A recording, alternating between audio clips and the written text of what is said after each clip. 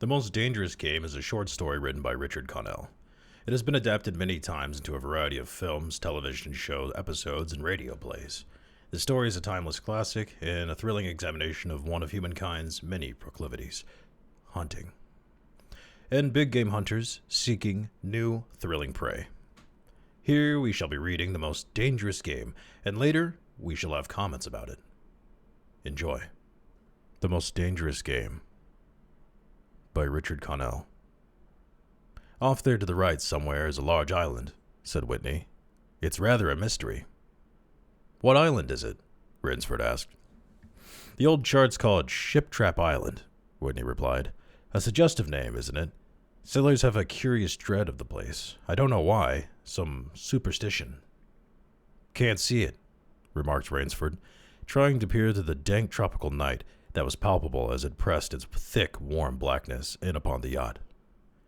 You've got good eyes, said Whitney with a laugh, and I've seen you pick off a moose moving in the brown fall bush at 400 yards, but even you can't see 4 miles or so through a moonless Caribbean night. Not 4 yards, admitted Rainsford.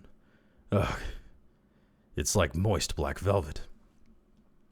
It'll be light enough in Rio, promised Whitney. We should make it a few days. I hope the Jaguar guns have come from Purdy's. We should have some good hunting up in the Amazon. Great sport hunting. The best sport in the world, agreed Rainsford. For the hunter, amended Whitney, not for the Jaguar. Don't talk rot, Whitney, said Rainsford. You're a big game hunter, not a philosopher. Who cares how a Jaguar feels? Perhaps the Jaguar does, observed Whitney. Bah! They're no understanding. Even so, I think they understand one thing: fear. The fear of pain and the fear of death. Nonsense, laughed Rainsford. This hot weather is making you soft, Whitney. Be a realist. The world is made up of 2 classes, the hunters and the huntees. Luckily, you and I are hunters. Do you think we've passed that island yet? I can't tell in the dark. I hope so. Why? Asked Rainsford. The place has a bad reputation. Cannibals? Suggested Rainsford. Hardly. Even cannibals won't live in such a godforsaken place. But it's gotten into sailor lore somehow. Didn't you notice that the crew's nerves seemed a bit jumpy today? They were a bit strange now you mention it. Even Captain Nilsson. Yes, even the tough-minded old Swede, who'd go up to the devil himself and ask him for a light. Those fishy blue eyes held a look I've never saw before. All I could get out of him was, "This place has an evil name among seafaring men, sir." Then he said to me, very gravely, "Don't you feel anything?" As if the air about us was actually poisonous. Now, you mustn't laugh when I tell you this. I did feel something like a sudden chill. There was no breeze. The sea was as flat as a plate glass window. We were drawing near the island then. What I felt was a mental chill. A sudden sort of dread. Pure imagination, said Rainsford. One superstitious sailor can taint the whole ship's company with his fear. Maybe, but sometimes I think sailors have an extra sense that tells them when they are in danger. Sometimes I think evil is a tangible thing with wavelengths, just as sound and light have. An evil place can, so to speak, broadcast vibrations of evil. Anyhow, I'm glad we're getting out of this zone. Well, I think I'll turn in now, Rainsford. I'm not sleepy, said Rainsford. I'm going to smoke another pipe up on the afterdeck. Good night, then. Rainsford, see you at breakfast. Right. Good night, Whitney. There was no sound in the night as Rainsford sat there, but the muffled throb of the engine that drove the yacht swiftly through the darkness and the swish and ripple of the wash of the propeller. Rainsford, reclining in a steamer chair, idly puffed on his favorite briar. The sinuous drowsiness of the night was on him. It's so dark, he thought, that I could sleep without closing my eyes. The night would be my eyelids. An abrupt sound startled him. Off to the right he heard it, and his ears, expert in such matters, could not be mistaken. Again he heard the sound, and again. Somewhere off in the blackness, someone had fired a gun 3 times. Rainsford sprang up and moved quickly to the rail, mystified. He strained his eyes in the direction from which the reports had come, but it was like trying to see through a blanket. He leaped up upon the rail. He leaped up upon the rail and balanced himself to get greater elevation. His pipe, striking a rope, was knocked from his mouth. He lunged for it. A short, hoarse cry came from his lips as he realized he had reached too far and had lost his balance. The cry was pinched off short as the blood-warm waters of the Caribbean Sea doused over his head. He struggled up to the surface and tried to cry out, but the wash from the speeding yacht slapped him in the face, and the salt water in his open mouth made him gag and strangle. Desperately, he struck out with strong strokes after the receding lights of the yacht, but he stopped before he swum 50 feet. A certain cool-headedness had come to him. It was not the first time that he had been in a tight place. There was a chance that his cries could be heard by someone aboard the yacht, but that chance was slender, and grew more slender as the yacht raced on. He wrestled himself out of his clothes and shouted with all his power. The lights of the yacht became faint and ever-vanishing fireflies. Then they were blotted out entirely by the night. Rainsford remembers the shots. They had come from the right, and doggedly he swam in that direction, swimming with slow, deliberate strokes, conserving his strength. For a seemingly endless time, he fought the sea. He began to count his strokes. He could possibly 100 more, and then Rainsford heard a sound. It came out of the darkness, a high screaming sound, and the sound of an animal in extremity of anguish and terror. He did not recognize the animal that made the sound. He did not try to. With fresh vitality, he swam towards the sound. He heard it again, then it was cut short by another noise. Crisp staccato. "Pistol shot," muttered Rainsford, swimming on. 10 minutes of determined effort brought another sound to his ears. The most welcome had ever heard. The muttering and growling of the sea breaking on a rocky shore. He was almost on the rocks before he saw them. On a night less calm, he would have been shattered against them. With his remaining strength, he dragged himself from the swirling waters. Jagged crags appeared to jut up in the opaqueness. He forced himself upward, hand over hand. Grasping, his hands raw, he reached a flat place at the top. Dense jungle came down to the very edge of the cliffs. What perils that tangle of trees and underbush might have held for him did not concern Rainsford just then. All he knew that he was safe was that he was safe from his enemy, the sea. The utter weariness was on him. He flung himself down at the jungle edge and tumbled headlong into the deepest sleep of his life. When he opened his eyes, he knew from the position of the sun that it was late in the afternoon. Sleep had given him a new vigor. A sharp hunger was picking at him. He looked about, almost cheerfully. Where there are pistol shots, there are men. Where there are men, there is food, he thought. But what kind of men, he wondered, in so forbidding a place? An unbroken front of snarled and ragged jungle fringed the shore. He saw no sign of a trail through the closely knit webs of weeds and trees. It was easier to go along the shore, and Rainsford floundered along by the water, not far from where he landed. He stopped.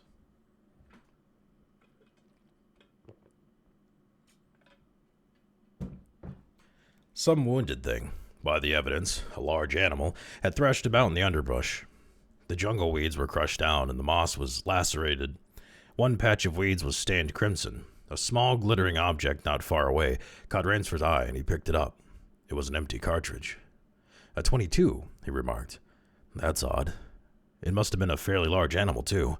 The hunter had his nerve with him to tackle it with a light gun. It's clear that the brute could put up a fight. I suppose the first 3 shots I heard was when the hunter flushed his quarry and wounded it. The last shot was when he trailed it here and finished it. He examined the ground closely and found that he had what he had hoped to find, the print of a hunting boot. They pointed out the cliff in the direction he had been going. Eagerly, he hurried along, now slipping on a rotten log or a loose stone, but making headway. Night was beginning to settle down on the island. Bleak darkness was blackening out the sea and jungle when Rainsford sighted the lights. He came upon them as he turned a crook in the coast line, and his first thought was that it had come upon a village. For there were many lights, but as he forged along, he saw to his great astonishment that all the lights were in an enormous building, a lofty structure with pointed towers plunging upward into the gloom. his eyes made out of shadowy outlines of a palatial chateau. It was set on a high bluff, and on 3 sides of its cliffs dived down to where the sea licked greedy lips in the shadows. Mirage, thought Rainsford, but it was no mirage he found. When he opened the tall spiked iron gate, the stone steps were real enough, and the massive door with a leering gargoyle for a knocker was real enough, yet above it all hung an air of unreality. He lifted the knocker, and it creaked up stiffly, as if it had never been before used. He let it fall, and it startled him with its booming loudness. He thought he heard steps within. The door remained closed. Again, Rainsford lifted the heavy knocker and let it fall. The door opened then, opened as suddenly as if it were on a spring, and Rainsford stood blinking in the river of glaring gold light that poured out. The first thing Rainsford's eyes discerned was the largest man Rainsford had ever seen, a gigantic creature, solidly made and black-bearded to the waist. In his hand, the man held a long-barreled revolver, and he was pointing it straight at Rainsford's heart. Out of the snarl of beard, 2 small eyes regarded Rainsford. "Don't be alarmed," said Rainsford, with a smile, which he hoped was disarming. "I'm no robber. I fell off a yacht. My name is Sanger Rainsford, of New York City." The menacing look in the eyes did not change, the revolver pointing as rigidly as if the giant were a statue. He gave no sign that he understood Rainsford's words, or that he had even heard them. He was dressed in uniform, a black uniform trimmed with gray astrakhan.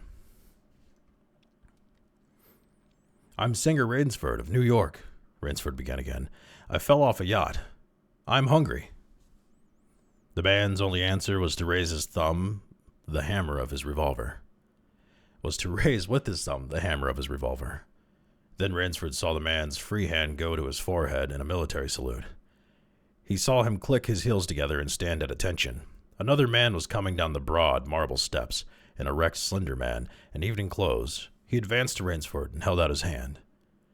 In a cultivated voice, marked by a slight accent that gave it added precision and deliberateness, he said, "It's a very great pleasure and honor to welcome Mr. Sanger Rainsford, the celebrated hunter, to my home." Automatically, Rainsford shook the man's hand. "I've read your book about hunting snow leopards in Tibet, you see," explained the man. "I'm General ZAROFF." Rainsford's first impression was that the man was singularly handsome. His second was that there was an original, almost bizarre quality about their general's face. He was a tall man past middle age, for his hair was vivid white, but his thick eyebrows and pointed military mustache were as black as the night from which Rainsford had come. His eyes, too, were black and very bright. He had high cheekbones and a sharp-cut nose, a spare, dark face, the face of a man used to giving orders, the face of an aristocrat. Turning to the giant in uniform, the general made a sign. The giant put away his pistol, saluted, and withdrew. "Ivan is an incredibly strong fellow," remarked the general, "but he has the misfortune to be deaf and dumb. A simple fellow. I'm afraid, like all his race, a bit of a savage." "Is he Russian?" "He's a Cossack," said the general, and his smile showed red lips and pointed teeth. "So am I." "Come," he said. "We shouldn't be chatting here. We can talk later. Now you want clothes, food, rest. You shall have them. This is a most restful spot." Ivan had reappeared, and the general spoke to him with lips that moved but gave forth no sound. "Follow Ivan, if you please, Mr. Rainsford," said the general. "I was about to have my dinner when you came. I waited for you. You'll find that my clothes will fit you, I think." It was to a huge, beam-ceilinged bedroom with a canopied bed big enough for 6 men that Rainsford followed the silent giant. Ivan laid out an evening suit, and Rainsford, as he put it on, noticed that it came from a London tailor who ordinarily cut and sewed for none below the rank of duke. The dining room to which Ivan conducted him was in many ways remarkable. There was a medieval magnificence about it. It suggested a baronial hall of feudal times, with its oaken panels, its high ceiling, its vast refectory tables, where 20 men could sit down to eat. About the hall were mounted heads of many animals, lions, tigers, Elephants, moose, bears, larger or more perfect specimens Rainford had never seen. At the great table, the general was sitting alone. "You'll have a cocktail, Mr. Rainsford," he suggested. The cocktail was surprisingly good, and Rainsford noted the table appointment were of the finest. The linen, the crystal, the silver, the china. They were eating borscht, the rich red soup which whipped cream so dear to Russian palates. Half apologetically, General ZAROFF said, "We do our best to preserve the amenities of civilization here. Please forgive any lapse. We are well off the beaten track, you know. Do you think the champagne has suffered from its long ocean trip?" "Not in the least," declared Rainsford. He was finding the general a most thoughtful and affable host, a true cosmopolitan. Sorry, a little dry here.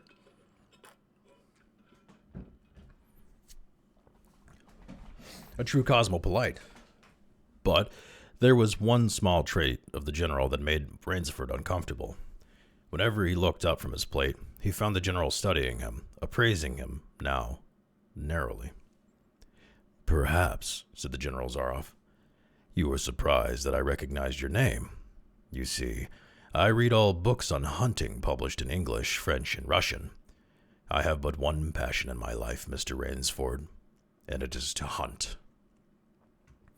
"You have some wonderful heads here," said Rainsford, as he ate a particularly well-cooked filet mignon.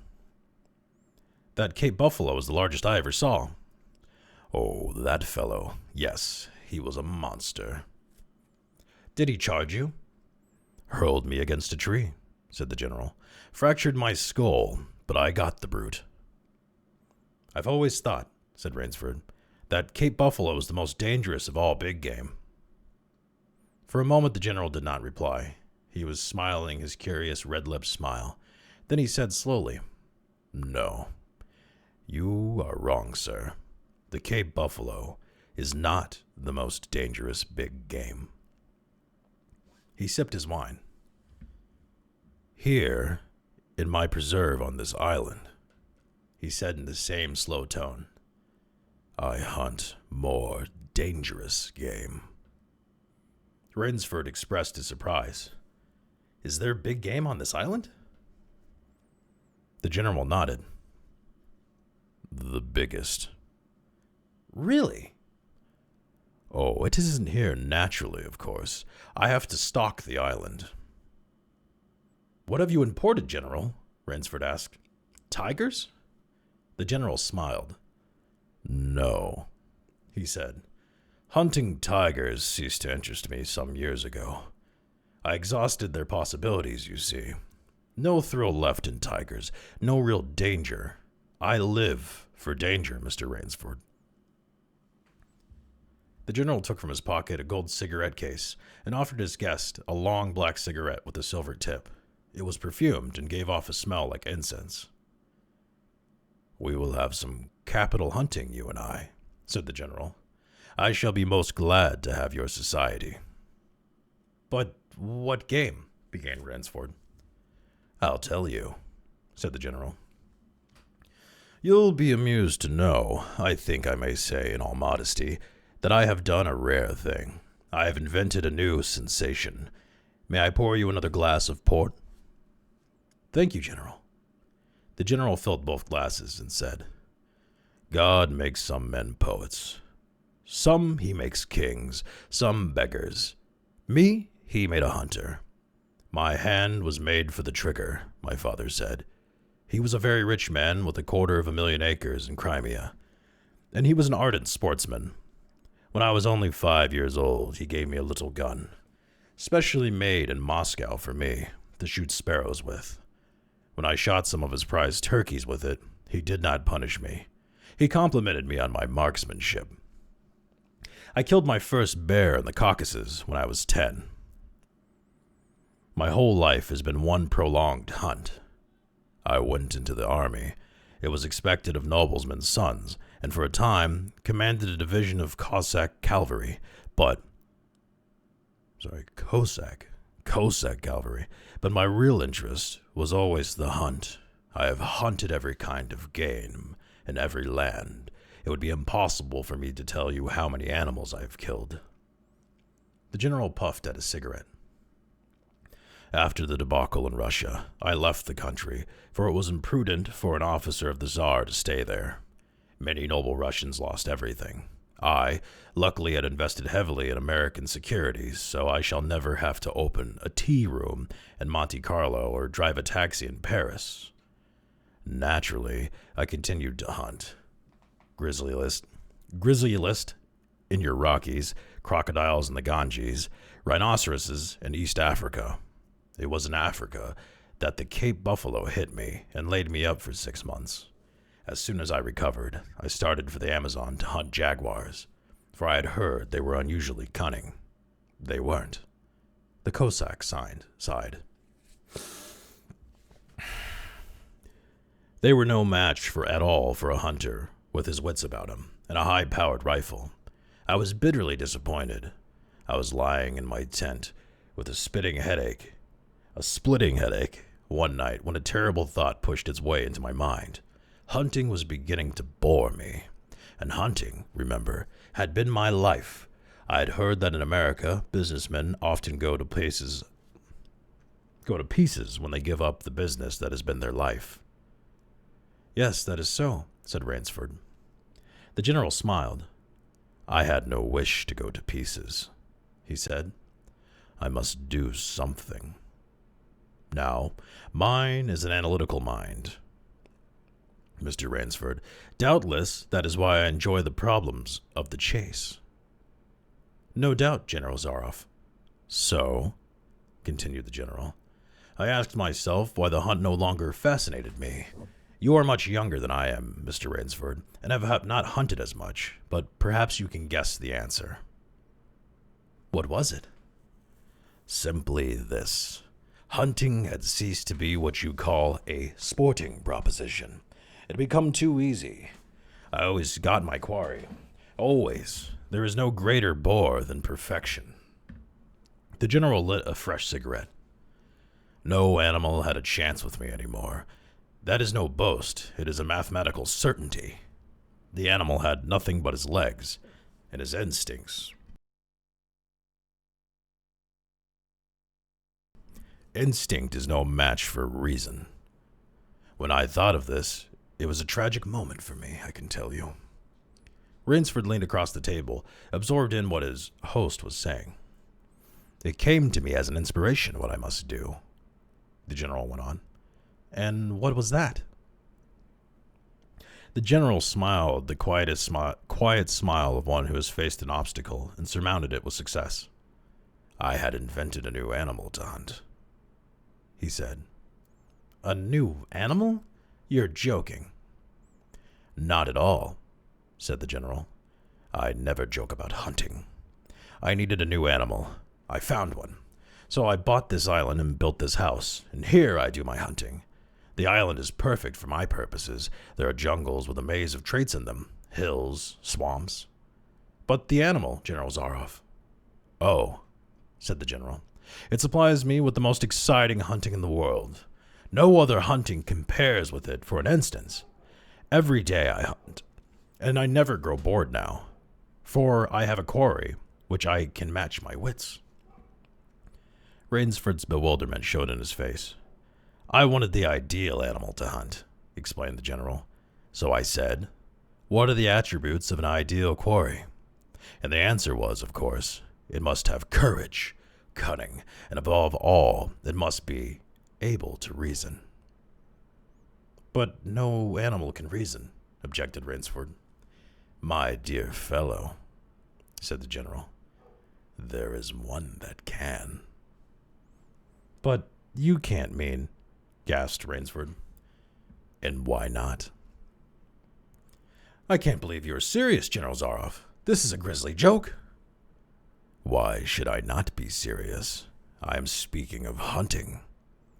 "Hunting? Great guns, General ZAROFF. What you speak of is murder." The general laughed with an entirely good nature. He regarded Rainsford quizzically. "I refuse to believe that so modern and civilized a young man as you seem to be harbors romantic ideas about the value of human life, surely your experiences in the war did not make me condone cold-blooded murder, finished Rainsford stiffly. Laughter shook the general. How extraordinarily droll you are, he said. One does not expect nowadays to find a young man of the educated class, even in America, with such a naive and, if I may say so, mid-Victorian point of view. It's like finding a snuff box in a limousine. Well, doubtless you had Puritan ancestors, so many Americans appear to have had. I'll wager you'll forget your notions when you go hunting with me. You've a genuine new thrill in store for you, Mr. Rainsford. Thank you. I am a hunter, not a murderer. Dear me, said the general, quite unruffled. Again, that pleasant word. But I think I can show you... Oh, I'm sorry, I read that wrong. Again, that unpleasant word. But I think I can show you that your scruples are quite ill-founded. Yes? Life is for the strong to be lived by the strong, and if needs be, taken by the strong. The weak of the world were put here to give the strong pleasure. I am strong.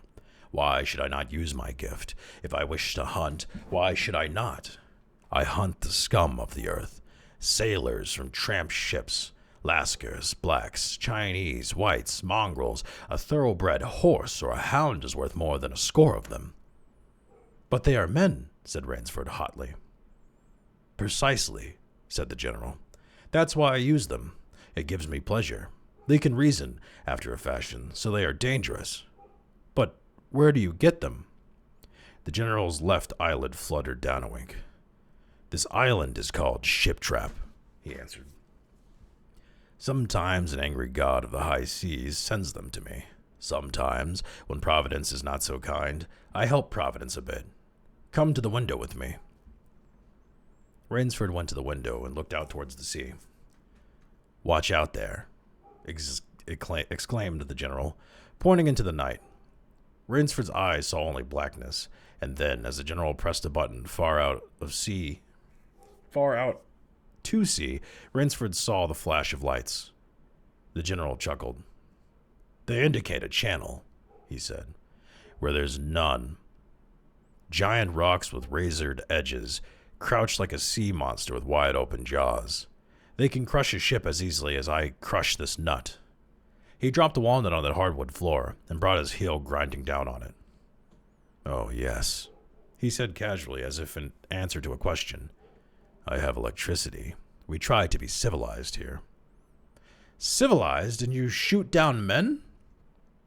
A trace of anger was in the general's black eyes, but it was there for but a second, and he said in the most pleasant manner, Dear me, what a righteous young man you are. I assure you I do not do the thing you suggest. That would be barbarous. I treat these visitors with every consideration. They get plenty of good food and exercise. They get into splendid physical condition. You shall see for yourself tomorrow. What do you mean? We'll visit my training school, smiled the general. It's in the cellar. I have about a dozen pupils down there now. They're from the Spanish bark, San Lucar, that had the bad luck to go out into the rocks out there. A very inferior lot, I regret to say. Poor specimens and more accustomed to the deck than to the jungle. He raised his hand, and Ivan, who served as waiter, brought thick Turkish coffee. Rainsford, with an effort, held his tongue in check. It's a game, you see, perused the general blandly. I suggest to one of them that we go hunting. I give him a supply of food and an excellent hunting knife. I give him 3 hours to start.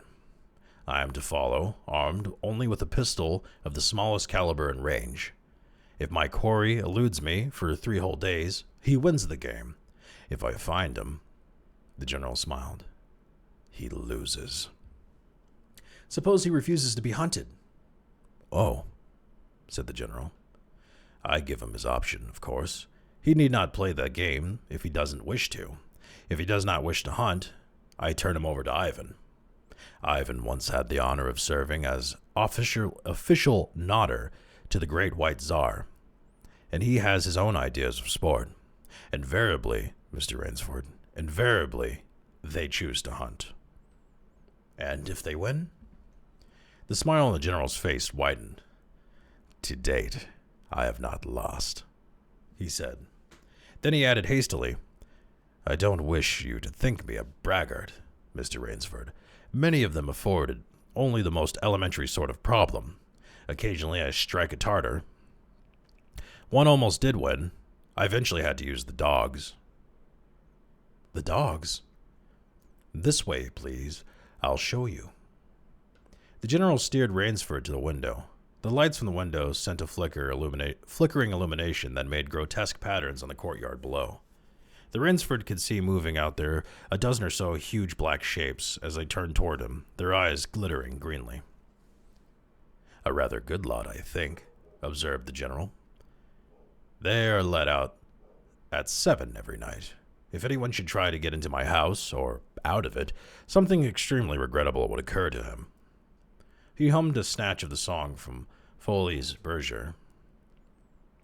And now, said the general, I want to show you my new collection of heads.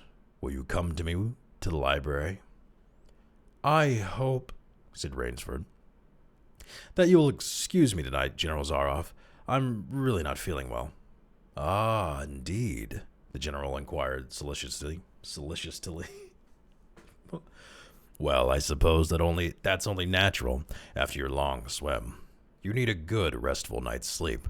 Tomorrow you'll feel like a new man, I'll wager. Then we'll hunt, eh? I've one rather promising prospect. Rainsford hurrying from the room. Sorry, you can't go with me tonight, called the general. I expect rather fair sport. A big, strong black. He looks resourceful. Well, good night, Mr. Rainsford. I hope you have a good night's rest. The bed was good, and the pajamas of the softest silk, and he was tired in every fiber of his being, but nevertheless, Rainsford could not quiet his brain with the opiate of sleep. He lay, eyes wide open. Once he thought he heard stealthy steps in the corridor outside his room. He sought to throw open the door. It would not open. He went to the window and looked out. His room was high up in one of the towers. The lights of the chateau were out now, and it was dark and silent, but there was a fragment of a sallow moon, and by its wan light, he could see dimly the courtyard. There, weaving in and out in the pattern of shadow, were black, noiseless forms. The hounds heard him at the window and looked up, expectantly, with their green eyes. Rainsford went back to bed and lay down. By many methods, he tried to put himself to sleep. He had achieved a doze when, just as morning began to come, he heard far off in the jungle the faint report of a pistol. General ZAROFF did not appear until luncheon. He was dressed faultlessly in the tweeds of a country squire. He was solicitous about the state of Rainsford's health. As for me, sighed the general, I do not feel so well. I am worried, Mr. Rainsford. Last night I detected traces of my old complaint. To Rainsford, questioning glance, the general said, ennui, boredom. Then, taking a second helping of crepes Suzette, the general explained. The hunting was not good last night. The fellow lost his head. He made a straight trail that offered no problems at all. That's the trouble with these sailors. They have dull brains to begin with, and they do not know how to get about in the woods. They do excessively stupid and obvious things. It's most annoying. Will you have another glass of Chablis? Chablis? Mr. Rainsford. General, said Rainsford firmly, I wish to leave this island at once. The general raised his thickets of eyebrows. He seemed hurt. But my dear fellow, the general protested, you've only just come. You've had no hunting. I wish to go today, said Rainsford. He saw the dead black eyes of the general on him, studying him.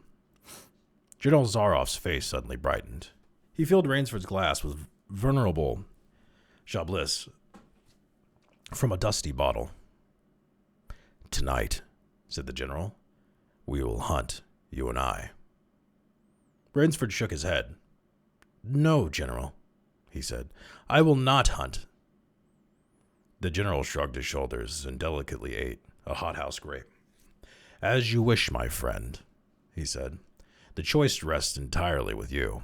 But may I not venture to suggest that you will find my idea of sport more diverting than Ivan's?"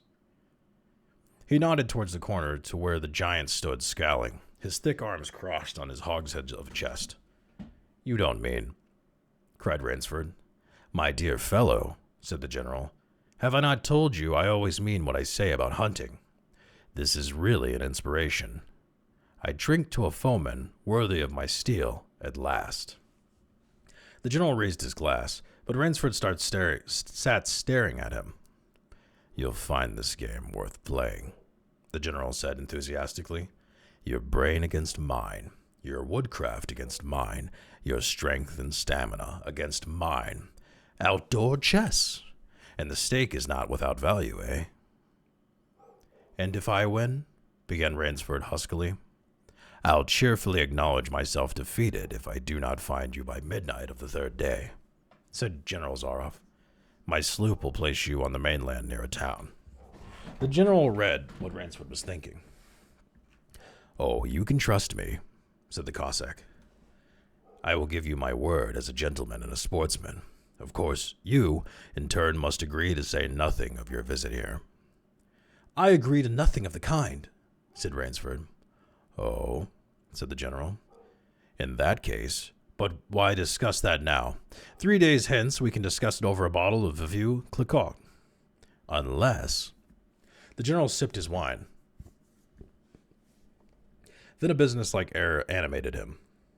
"Ivan," he said to Rainsford, "will supply you with hunting clothes, food, and knife. I suggest you wear moccasins. They leave a poorer trail. I suggest that, too, that you avoid the big swamp in the southeast corner of the island. We call it Death Swamp. There's quicksand there. One foolish fellow tried it. The deplorable part of it was that Lazarus followed him. You can imagine my feelings, Mr. Rainsford. I loved Lazarus. He was the finest hound in my pack. Well, I must beg you to excuse me now. I always take a siesta after lunch. You'll hardly have time for a nap, I fear. You'll want to start, no doubt. I shall not follow till dusk. Hunting at night is so much more exciting than by day, don't you think? Au revoir, Mr. Rainsford. Au revoir." The General ZAROFF, with a deep, courtly bow, strolled from the room. From another door came Ivan. Under one arm he carried khaki hunting clothes, a haversack of food, a leather sheath containing a long-bladed hunting knife. His right hand rested on a cocked revolver, thrust in the crimson sash about his waist. Rainsford had fought his way through the bush for 2 hours. I must keep my nerve, he said through tight teeth. He had not been entirely clear-headed when the chateau gates snapped shut behind him. His whole idea at first was to put a distance between himself and General ZAROFF, and to this end he had plunged along, spurred on by the sharp growls of something very like panic. Now he had got grip of himself, had stopped, and was taking stock of himself in the situation. He saw the straight flight was futile. Inevitably it would bring him face to face with the sea. He was in a picture with a frame of water, and his operations, clearly, must take place within the frame. "I'll give him a trail to follow," muttered Rainsford, and he stuck out from the rude path he had been following into the trackless wilderness. He executed a series of intricate loops. He doubled on his trail again and again, recalling all the lore of the fox hunt and all the dodges of the fox. Night found him leg-weary, his hands and face lashed by the branches on a thickly wooded ridge. He knew it would be insane to blunder on through the dark, even if he had the strength. His need for rest was imperative, and he thought, I have played the fox, now I must play the cat of the fable. A big tree with a thick trunk and outspread branches was nearby, and taking care to leave not the slightest mark, he climbed up into the crotch and stretched out on one of the broad limbs, after a fashion, rested. Rest brought him new confidence, and almost a feeling of security. Even so zealous a hunter as General ZAROFF could not trace him there, he told himself. Only the devil himself could follow that complicated trail through the jungle after dark. But perhaps the general was a devil. An apprehensive night crawled slowly by like a wounded snake, and sleep did not visit Rainsford, although the silence of the dead world was on the jungle. Toward morning, When a dingy gray was varnishing the sky, the cry of some startled bird focused Rainsford's attention in that direction. Something was coming to the bush, coming slowly, carefully, coming by the same winding ways Rainsford had come. He flattened himself down on the limb, and through a screen of leaves almost as thick as the tapestry, he watched. The thing that was approaching was a man. It was General ZAROFF. He made his way along with his eyes fixed in the utmost concentration on the ground before him. He paused, almost beneath the tree, dropped to his knees, and studied the ground. Rainsford's impulse was to hurl himself down like a panther, but he saw that the general's right hand held something metallic, a small automatic pistol. The hunter shook his head several times, as if he were puzzled. Then he straightened up and took from his case one of his black cigarettes. Its pungent incense-like smoke floated up to Rainsford's nostrils. Rainsford held his breath. The general's eyes had left the ground and were traveling inch by inch up the tree. Rainsford froze there, every muscle tensed for a spring, but the sharp eyes of the hunter stopped before they reached the limb where Rainsford lay. A smile spread over his brown face. Very deliberately, he blew his smoke ring into the air. Then he turned his back to the tree and walked carelessly away, back along the trail he had come. The swish of the underbrush against his hunting boots grew fainter and fainter.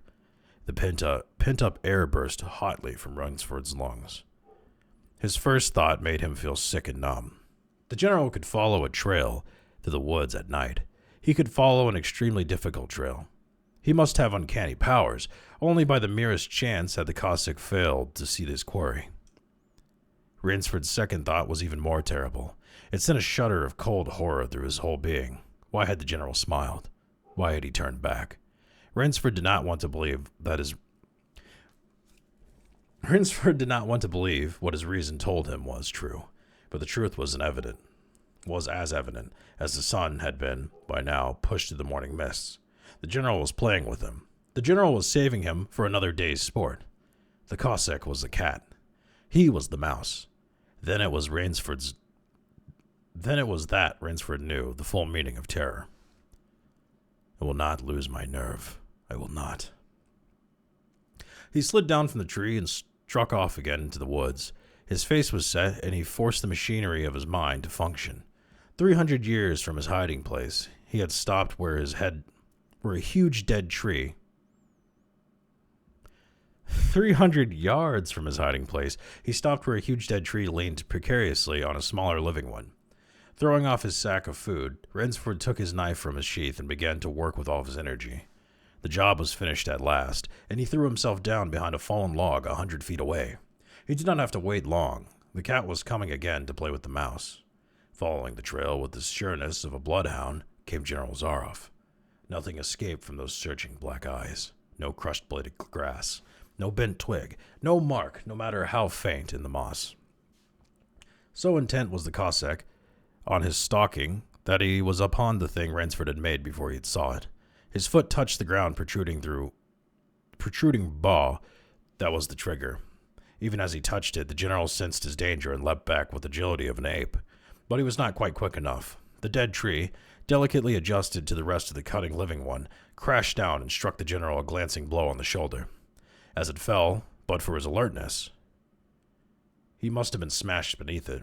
He staggered, but he did not fall, nor did he drop his revolver. He stood there, rubbing his injured shoulder, and Rainsford, with fear again gripping his heart, heard the general's mocking laugh ring through the jungle.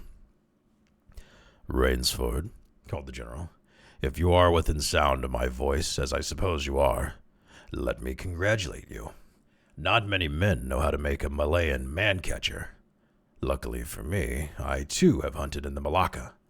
You are proving interesting, Mr. Rainsford. I'm going now to have my wound dressed. It's only a slight one, but I shall be back. I shall be back."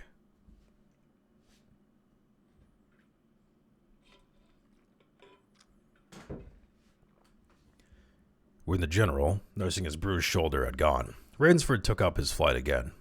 It was flight now, a desperate, hopeless flight that carried him on for some hours. Dusk came, then darkness, and he still pressed on. The ground grew softer under his moccasins. The vegetation grew ranker, denser. Insects bit him savagely. Then, as he stepped forward, his foot sank into the ooze. He tried to wrench it back, but the muck sucked viciously at his foot, as if it were a giant leech. With a violent effort, he tore his feet loose. He knew where he was now. Death Swamp. And it was quicksand. His hands were tight closed, as if his nerve was something tangible, that someone in the darkness was trying to tear from his grip. The softness of the earth had given him an idea. He stepped back from the quicksand a dozen feet or so, and, like some huge prehistoric beaver, he began to dig. Rinsford had dug himself in France, when a second's delay meant death. That had been placid pastime compared to this digging now. The pit grew deeper. When it was above his shoulder, he climbed out and from some hard samplings, cut stakes and sharpened them to a fine point. These stakes he planted in the bottom of the pit, with a point sticking up. With flying fingers, he wove a rough carpet of weeds and branches, and with it he covered the mouth of the pit. Then, wet with sweat and aching with tiredness, he crouched behind the stump of a lightning-charred tree. He knew his pursuer was coming. He heard the padding sound of the feet on the soft earth, and the night breeze brought him the perfume of the general's cigarette. It seemed to Rainsford that the general was coming with unusual swiftness. He was not feeling his way along. Foot by foot, Rainsford, crouching there, could not see the general, nor could he see the pit. He lived a year in a minute. Then he felt an impulse to cry aloud with joy, for he heard the sharp crackle and the breaking of branches as the cover of the pit gave way. He heard the sharp scream of pain as the pointed stakes found their mark. He leapt up from his place of concealment. Then he cowered back. 3 feet from a pit, a man was standing with an electric torch in his hand. "You've done well, Mr. Rainsford," the voice of the general called. "Your Burmese tiger pit has claimed one of my best dogs. Again you score. I think, Mr. Rainsford, I see what you can do against my whole pack. I'll see what you can do against my whole pack. I'm going home for a rest now. Thank you for a most amusing evening." At daybreak, Rainsford, lying near the swamp, was awakened by a sound that made him know that he had new things to learn about fear. It was a distant sound, faint and wavering, but he knew it. It was the baying of a pack of hounds. Rainsford knew he could do one of 2 things. He could stay where he was and wait. That was suicide. He could flee. That was postponing the inevitable. For a moment, he stood there, thinking of an idea. An idea that held a wild chance came to him, and tightening his belt, he headed away from the swamp. The baying of the hounds drew nearer, then still nearer, even nearer. On a ridge, Rainsford climbed a tree. Down a watercourse, not a quarter of a mile away, he could see the bush moving. Straining his eyes, he saw the lean figure of General ZAROFF. Just ahead of him, Rainsford made out another figure, whose wide shoulders surged to the tall jungle weeds. It was the giant Ivan. He seemed pulled forward by some unseen force. Rainsford knew that Ivan must be holding the pack in leashes. They would be on him any minute now. His mind worked frantically. His mind worked frantically. He thought of a native trick he had learned in Uganda. He slid down the tree and caught hold of a springy young sapling, and to it he fastened his hunting knife, with the blade pointing down the trail. With a bit of wild grapevine, he tied back the sapling. Then he ran for his life. The hounds raised their voices as they hit the fresh scent. Rainsford knew now how an animal at bay feels. He had to stop to get his breath. The baying of the hounds stopped abruptly, and Rainsford's heart stopped too. They must have reached his knife. He shined excitedly up a tree and looked back. His pursuers had stopped, but the hope was that in Rainsford's brain, when he climbed, died, for he saw in the shallow valley that General ZAROFF was still on his feet, but Ivan was not. The knife, driven by the recoil of the spring tree, had not wholly failed. Rainsford had hardly tumbled to the ground when the pack took up the cry again. "Nerve, nerve, nerve," he panted as he dashed along. A blue gap showed between the trees dead ahead. Even nearer drew the hounds. Rainsford forced himself onto that gap. He reached it. It was the shore of the sea. Across a cove, he could see the gloomy gray stone of the chateau. 20 feet below him, the sea rumbled and hissed. Rainsford hesitated. He heard the hounds. Then he leaped far out into the sea. When the general and his pack reached the place by the sea, the Cossack stopped. For some minutes, he stood regarding the blue-green expanse of water. He shrugged his shoulders. Then, B sat down, took a drink of brandy from a silver flask, lit a cigarette, and hummed a bit from Madame Butterfly. General ZAROFF had an exceedingly good dinner in his great paneled dining hall that evening. With it, he had a bottle of Pol Roger and half a bottle of Chambertin. 2 slight annoyances kept him from a perfect enjoyment. One was the thought that it would be difficult to replace Ivan. The other was that his quarry had escaped him. Of course, the American hadn't played the game, so thought the general as he tasted his after-dinner liqueur. In his library he read, to soothe himself, from the works of Marcus Aurelius. At 10, he went up to his bedroom. He was deliciously tired, he said to himself as he locked himself in. There was a little moonlight, so before turning on his light, he went to the window and looked down at the courtyard. He could see the great hounds, and he called, "Better luck another time," to them. Then he switched on the light. A man who had been hiding in the curtains of the bed was standing there. "Rainsford," screamed the general. "How in God's name did you get here?" "Swam," said Rainsford. "I found it quicker than walking through the jungle." The general sucked in his breath and smiled. "I congratulate you," he said. "You have won the game." Rainsford did not smile. "I am still a beast at bay," he said in a low, hoarse voice. "Get ready, General ZAROFF." The general made one of the deepest bows. "I see," he said. "Splendid. One of us is to furnish a repast for the hounds. The other will sleep in this very excellent bed. On guard, Rainsford." He had never slept in a better bed, Rainsford decided.